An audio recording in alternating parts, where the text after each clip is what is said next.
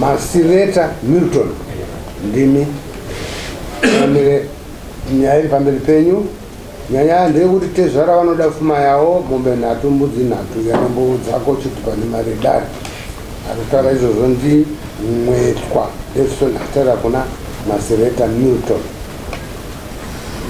Taura Davidson mukadzi wawo ndeopa ndio uri kuzembera kuna baba usikazemberi kuna munhu.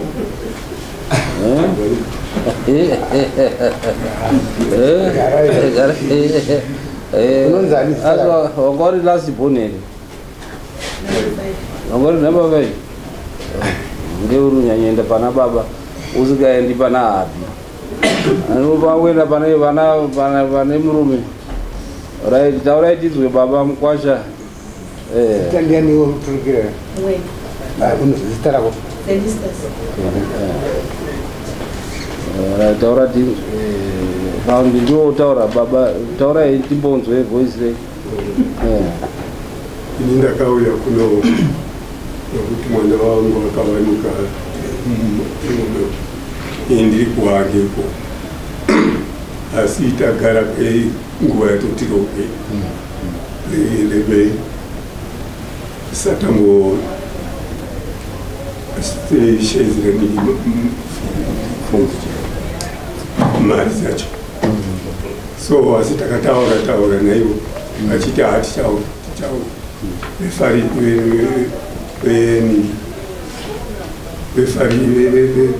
vazwari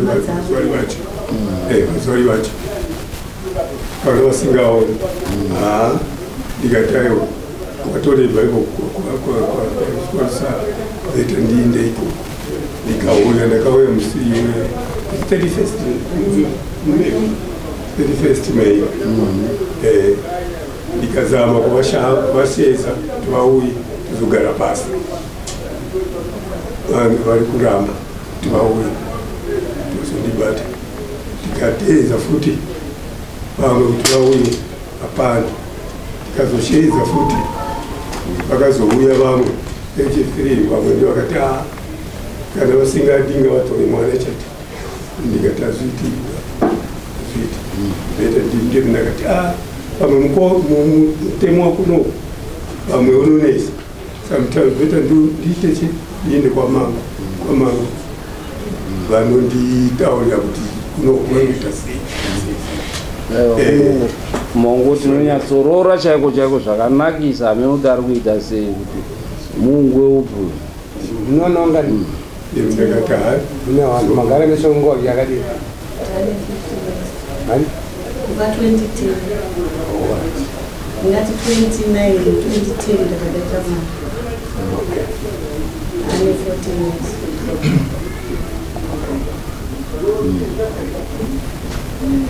iyo mugwasha mururachi hamuna uchitaura kuti mugwasha anyatsopindura mombe nhatu nembudzi nhatu mombe nhatu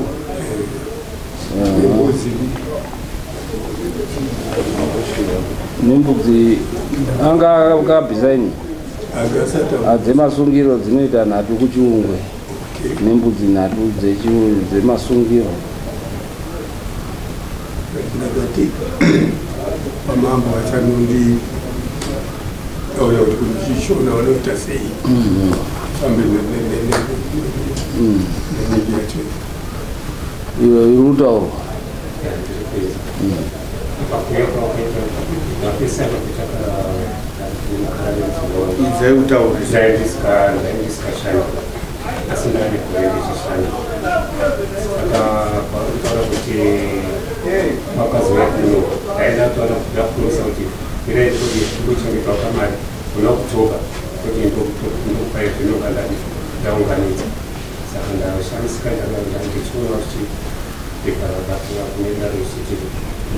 saka kutobva wakangorudu unowa pachini mari gore rese uchishanda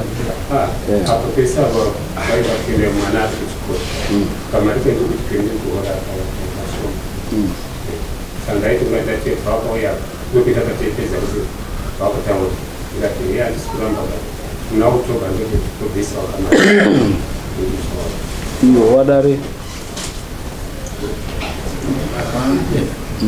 ka mambo chokwadi se muno azvipira ake inini chabvisa muna Oktoba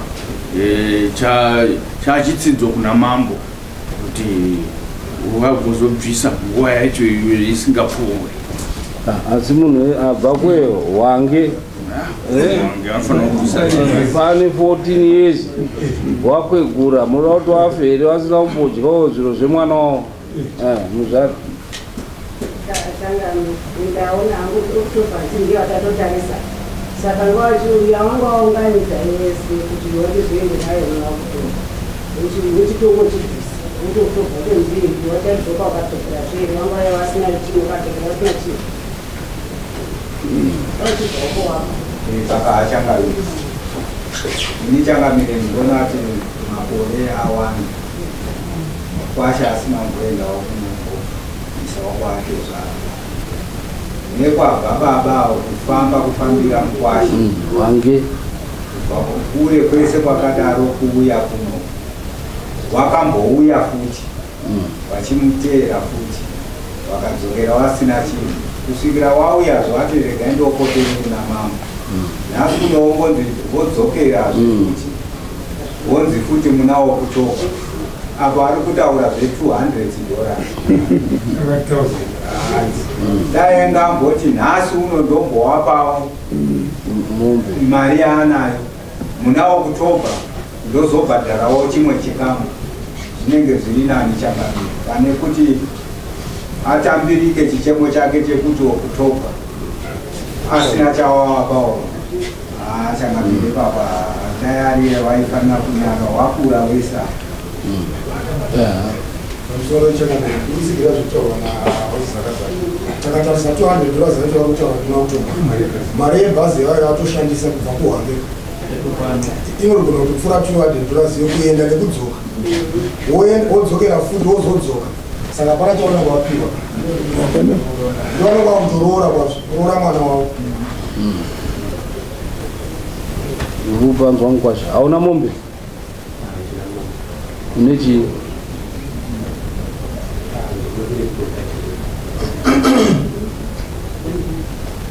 hamuna mombe dhumbu zvangwadzwa kuna Felistas taura munoma tauri utaura mune mombe here kumba chii chikonzero cha murume wako chaanga asubvisa pfuma handisi kuziva kwavo asi iwo uchiona chii inini ndichiona ndinoona kunge vari kuenda nemwama avanotaura zvakanamisa anomwe mukadzi vakamborora mwe mukadzi muna 2021 nyaya yacho kanoperera kukoti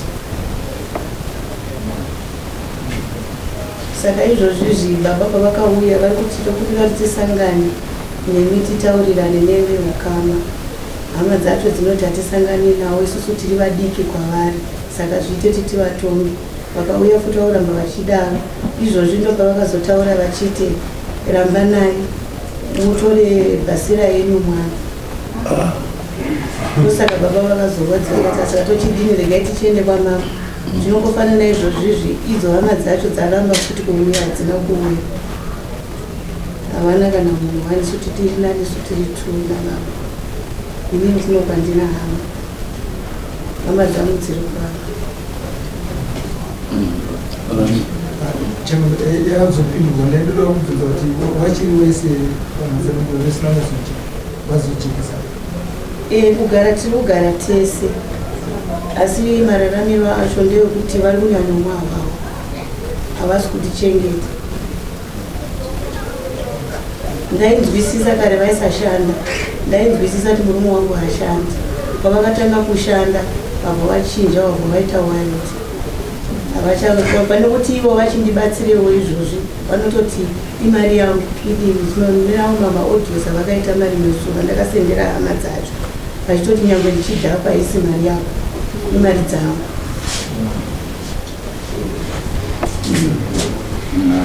saka vane pekutangira here izvezvi kuti timofanira pababa mambo warunza tsitsi kuna baba wabva uko or something chekuti wamboisa umomo kudzokera nazvo.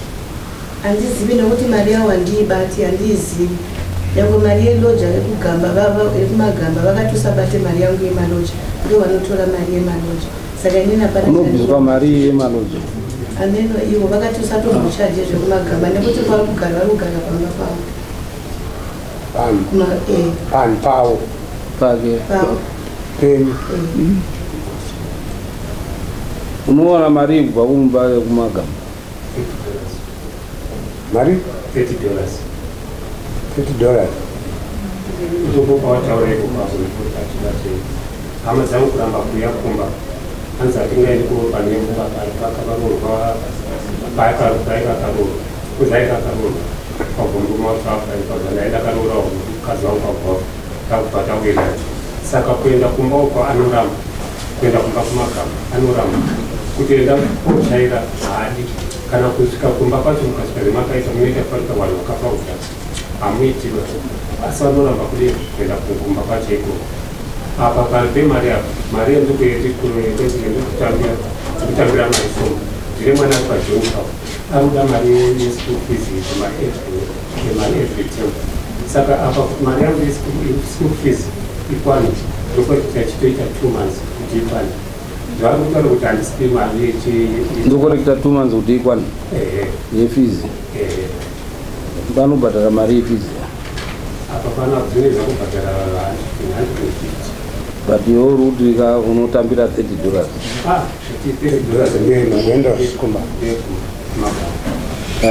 Wati ndinokorekta 2 months kuti ikwane.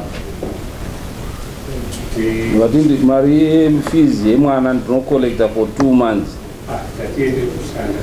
Unaona kuti ndoshandira wati ndinokorekta.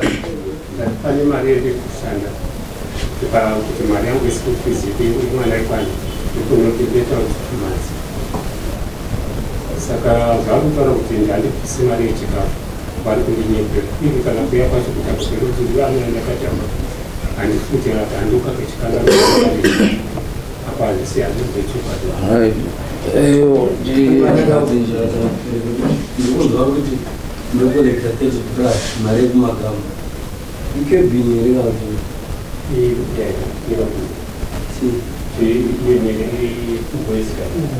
saka ruka anoshandisa chemekari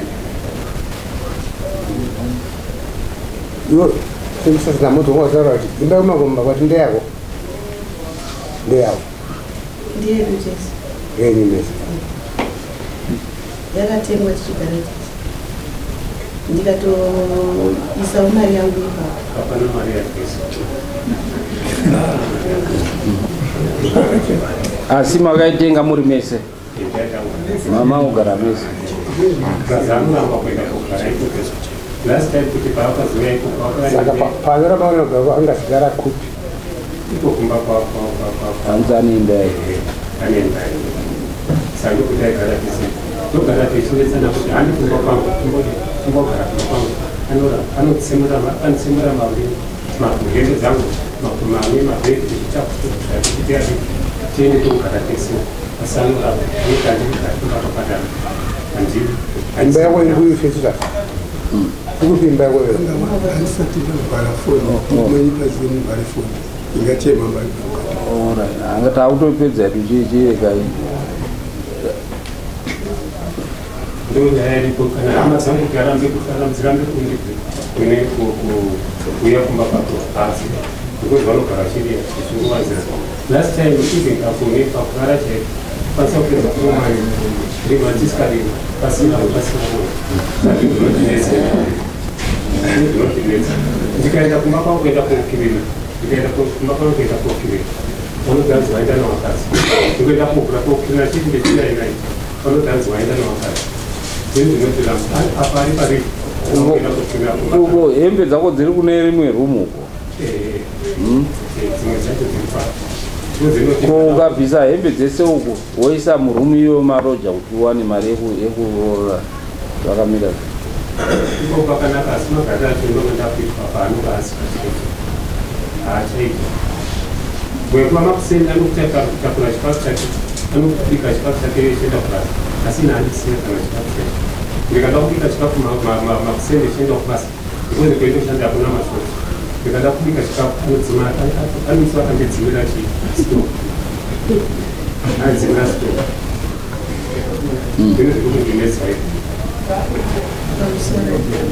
ndingati paone zvavazvotsanangura taigara tese nekuti kwaive nefamily house yavo vanga kupadhuze nekuru saka payakatengeswa imba iyoyo tichigara tese tichigara kumba kwavo tichigara kuyatengeswa imba iyoyo ndobva vazotengwa stand ndokati ndini nekuti pandiri kugara imba yangu saka ngatitengei mari yamapiwa pashe yenyu ngaitenge stand ndokutenga stand kwatengwa stand iwo yabva yatengeswa imba iyani yakatengeswa muna 2012 yatengeswa muna 2012 vanga vasina pekugara nekuti imba yanga yakuchigara tiri kugara tese mumba imomo kusvikira nanhasi tichitanga kuvaka imba iyoyo tichigara ikoko ndosaka vakuti haindii mari yangu iri asi mari yakatenga stand imari share yavo yavakapiwa ndo yakatenga chistand asi zvimwe pakapindawo simendi yangu soka wese matombo ese lodi yacho ndini nematombo ese nakumabhiridhi acho timadaidzi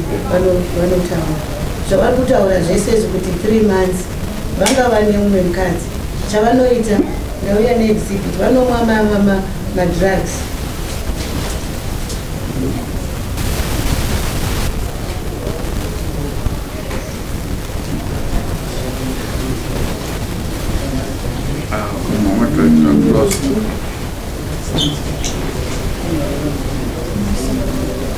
ndongofanira ndakatokumbira protection order kucourt yakaitwa musi wa 20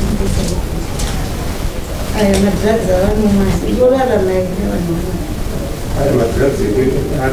aya ndo avanomwa madrugs ikazara ikiri kubudikidza effect mukadzi ailoja pamba asi madrug anouraya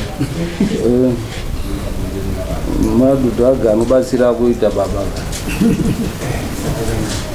saka pane mukadzi waigara pamba ambuya wamadzibaba muzi vailoja pamba ndo vanga kudanana navo ndikarwara inini ndikarwara ndikada kufa ndakabayiwa nebayo apana kwena nhasi nditori nebayo ndikagara muchipatara almost 3 weeks ndiri muchipatara wabva watora mukadzi iyoyo wabva wanomwisa bva wamubvisa pamba pataigara ini ndaibuda ndichienda kubasa ndisingazive kuti vanosara vachiita mai nababa vasara vachiita mai nababa nindikuti iloja ivo vanosara vachidanana wabva watora mai wabva waendesa kumagama kusvikira koti mbiri yakazotichi yakazopa eviction order yapa eviction order ndo pakazobviswa zvinhu zvemukadzi yavo kubva pakabviswa zvinhu zvemukadzi yavo handidi kutaura nemi mwoyo wangu uri kuramba kuti ndipinde mumba umu asi hembe dzangu dzirimo mumba umu taiti zvinokuva kumagamba umu hakuna mvura inini ndinoshanda kurujeni ndiri kuticha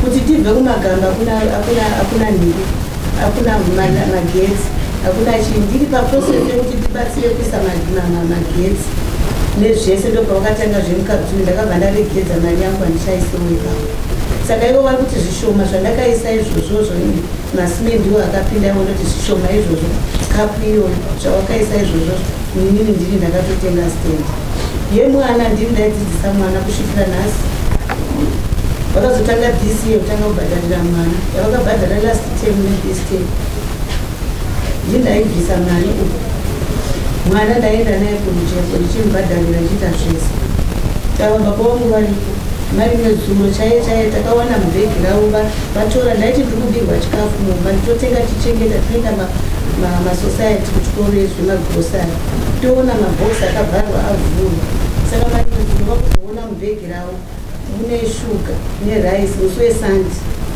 ndabva ndatora zvinhu zvazviya mari medzuro vakadhakwa makuseni wabva kuti ndipe zvinhu zvangu zvavatora ndikati imi mazuva ese mukudya chikafu chani wabva wangonyarara ndikati aiwa mukudya chikafu chani ini nekuti imi mukudya chikafu changu mimi chenyu kudhakwa asi chikafu hamusi kutenga zvinongofanana izvozvo vakandipa $100 wabva watora $10 $90 yacho iyoyo ndakabva ndanoibhadhara kuchikoro ndakabva ndanobhadhara school fees yemwana nemarisiti acho ndakabva ndanobhadhara $90 ichi ndakabva ndanobhadhara saka vana kutenga chikafu saka vaiti ndiri kubatirwa mari kubasa vasingatengi chikafu saka nechandirwadza kumabhoti kudhemu ndiwo vanodhiraivha bhoti ipopapo tavakutora kuti zivi takazotora mukadzi kupainga paita problem kuti kana kumuna pabreak vainga kuti wakuda vakapfeka vakapfeka hembe pandingada pafira vanobvatiza kuenda pane mwana arimo kuenda kurara nemari ndada kungotraibuka zvokuita ikarisira toda kuti ndozvakazoti mutsvage muroja vakati hanziaorit kana zvadanoita kuti ndakurora zikazirorapo vakati vakugwaya hembe nekuti tora mukadzi unokwachira kuti ndakatora kwabva ndaenda nayo wabva wauya vakandirwisa iye nemwana wake nemukwasha neshamwari dzavo wabva wauya kundirwisa kumagama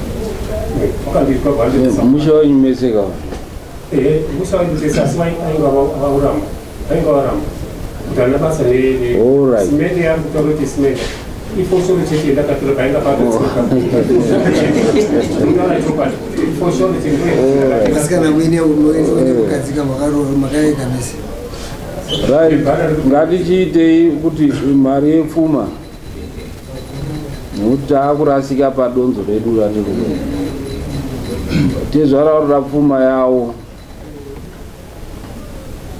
right saka toti muna mwedzi wega wega wobvisa 200 mombe dzedare ichi 350 times 3 zoita 1050 mune mbudzi nhatu ichizi 120 zvaita 1000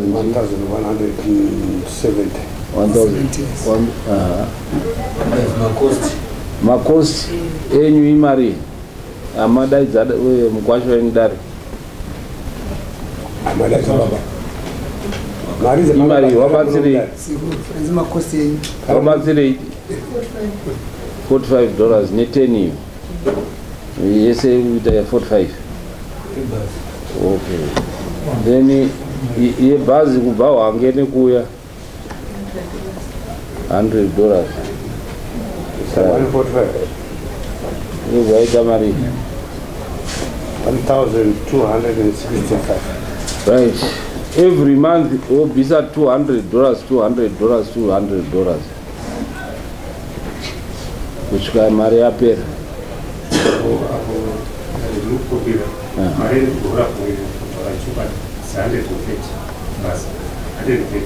saka kuti ndizoirei zvavo 200 mwana anonga achiva kuti school fees apakuenda kuform 1 okay toti isusu muna kutobva tune 200 handiti wobvisa 200 then every month 100 kusvika chikoro chapera yakawanda yakawanda because mari endivhura ndeyechaipo because chatoita problem yekuti ndinongada kubvisa mari vachanga vachikuda vachida chikafu tinokwanisa kuti tinzwe kuti uri kuhoda mari kubhoti iyi ikambani yani majestic tichakumbira kuti watipe slip yako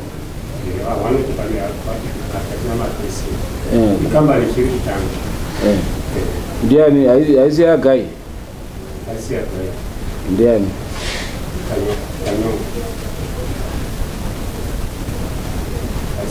alright iyo obvisa mari pamwedzi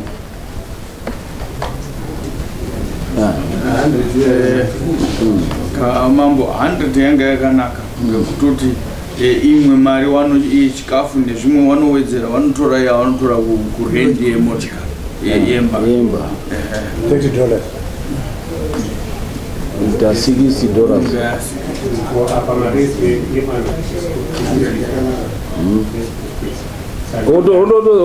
wakutondoita mari icho nekuti wanga usi kubhadhara saka uri murume wautitondoita mari icho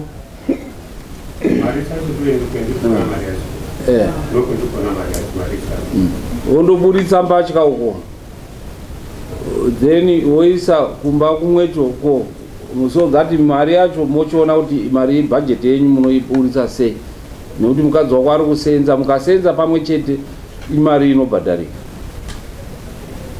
Handiti kuti tiburise imwe story kuti tiburise pane zvinhu yangu iko kuifunga vakazi hatishandi kuona chifiriji yene stove iri kuba saka kuti titore kuti zvinodirinze kuno apa hazvichaiti ndakatozibvisa zvinhu zvacho saka ndakutotsvaga kuti ndikutotora zvinhu zvangu ndecheka kana kuti nditakure kuti zvinhu ndichiunza kuti kuno kwandiri hazviiti zvinokuti kana iwo right uri murume uchitoona uroti wakutosenza overtime $200 woibvisa kupera kwaOctober, $100 every month, toda $100 every month inouya kuti tibhadhare roho ravo.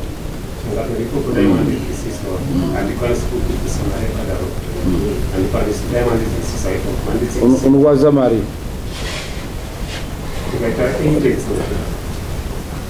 all right, $80. Okay, $80 every month. But 200 yawakagara waunganidza kupera kwaOctober ndo yaunotanga. $80 chidivide kuti kusvika chikwere chake chadi chapera. Isa $200 first. 1,065.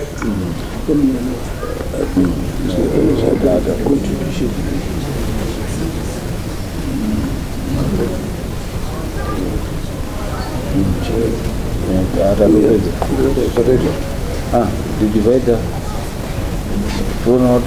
anotora mwedzi yakadii? That's 1,000. Yeah. Chile vanogara every time kwakupeda kauira ndiko vanogara vachikangana kuzima every time ikuona kuti meiji yacho yakaita sei havati kuti pane ringi tazvara every time saka ndakati ndione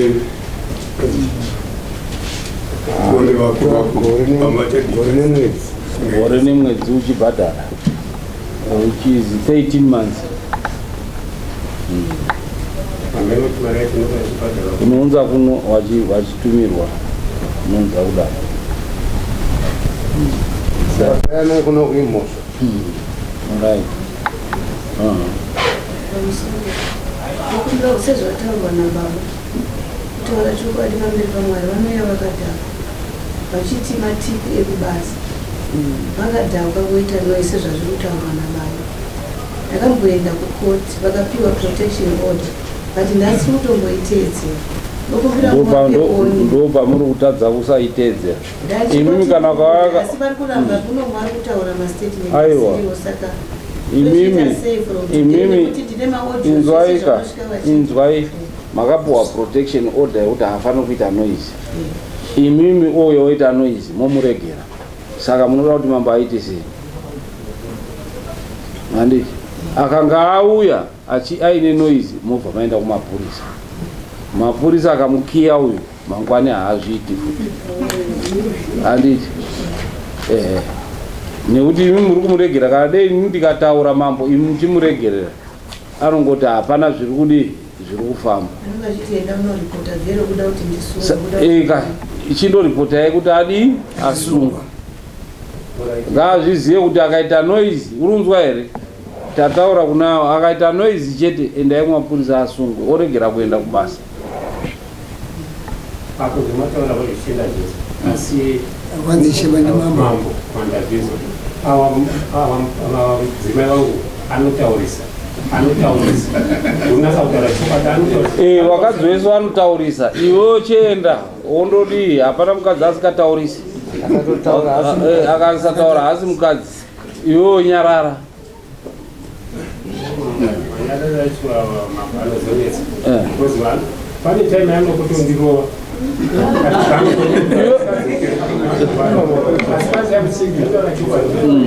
enda undomhangara kumapurisa kana ukarohwa iphysical violence enda undomhangara kumapurisa ndarohwa.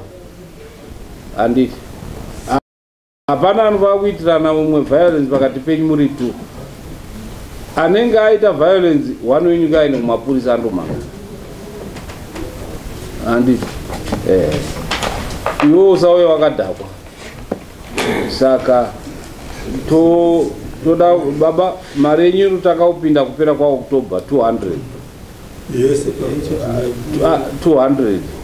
Then mwedzi wega wega mune muchipuwa $80 kusvika pa 13 months. Mwedzi gumi nenhatu. Handiti. Iyoyo muunganidza motenga mombe dzenyu. Kuhwange taita mombe 350. 350 last forest china akati 350 400. Munodziona mombe nema 300 zviduku munotora zvimatsiru zvinozobereka kuti munoramba muchirangarira kuti mwana wenyu ndo mari yakaroorwa nayo. Saka akakupai 200 yekutanga iyo mumirira mwedzi wechipiri $80 muwa mandotenga mombe amumboishai mukaenda ne8280 matotenga mombe yenyu 1 handiti.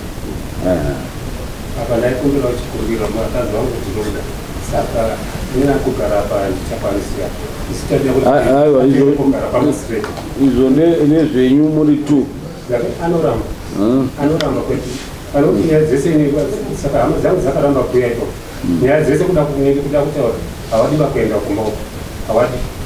Iyo munoiunza tokugadzirisai kana iri nyaya handiti tokugadzirisai tokupai counseling. Mari yemuna October nounza pano pamabharani mari yamunenge chirisicot wazvitumidzirwa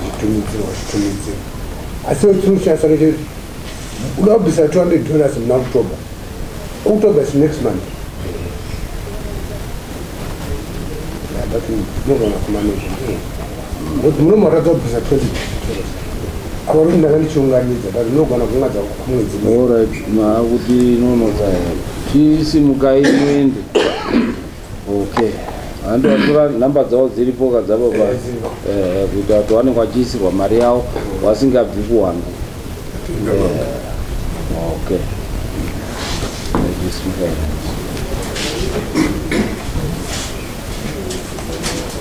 undotsvaga balance yako yatotora foni ena undotsvaga balance yako.